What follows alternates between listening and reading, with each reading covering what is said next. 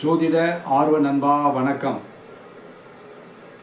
ஒரு ஜாதகருக்கு லக்னாதிபதி 8, 12ஆம் இடங்களில் மறைந்திருக்க, லக்னாதிபதினா ஜாதகரை குறிக்கும். லக்னம் தான் ஜாதகர் நிலையை குறிப்பது லக்னம்.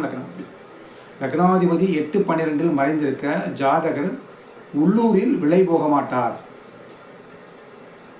ஒரு ஜாதகரின் லக்னாதிபதி 8, 12இல் மறைந்திருந்தால் அவர் உள்ளூரில் விலக மாட்டார். எந்த காரியம் செய்தாலும் எடுபடாது. வேறு மாவட்டம், வேறு மாநிலம், வேறு நாடுக்கு போகிறதான் சிறப்பு.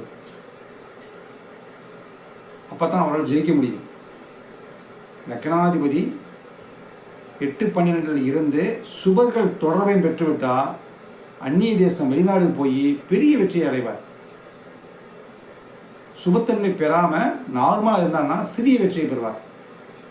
லக்னாதிபதி 8, 12இல் இருந்து பாவத்தன்மை பெற்றிருந்தால் உள்ளூர்லேயும் விலக மாட்டார். வெளிநாடு போய் அங்கேயும் பெரிய அளவு ஜெயிக்க முடியாது.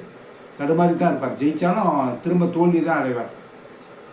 லக்னாதிபதி 8, 12இல் மறைந்து இயல்பில் இருக்க வெளிநாட்டில் சாதாரண வாழ்க்கை வாழ்வார்.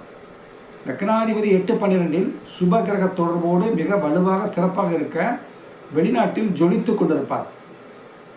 லக்னாதிபதி 8, 12இல் பாவகிரக தொடர்பில் பாவத்தன்மையோடு இருக்க வெளிநாட்டில் போய் ஏதோ சாப்பிட்டுக்கிட்டு கொண்டு இருப்பார்.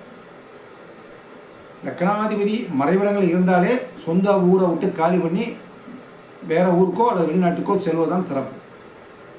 அப்போ தான் அவரால் வாழ முடியும், சிறப்பாக இருக்க முடியும். எல்லா விதிக்கும் விதிவிலக்கு உண்டு. லக்னாதிபதி மறைவிடத்தில் இல்லாமையும் வெளிநாட்டுக்கு போகிற அமைப்புகள் வரும்.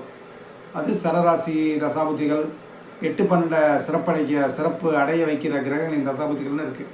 எல்லா விதிக்குமே விதிவிலக்கு உண்டு என்பதை அறிந்து விஷயங்களை தெரிஞ்சுக்கணும். லக்னாதிபதி மறைவிடங்கள் இருக்க அந்நிய தேசம் செல்வது சிறப்பு. வணக்கம்.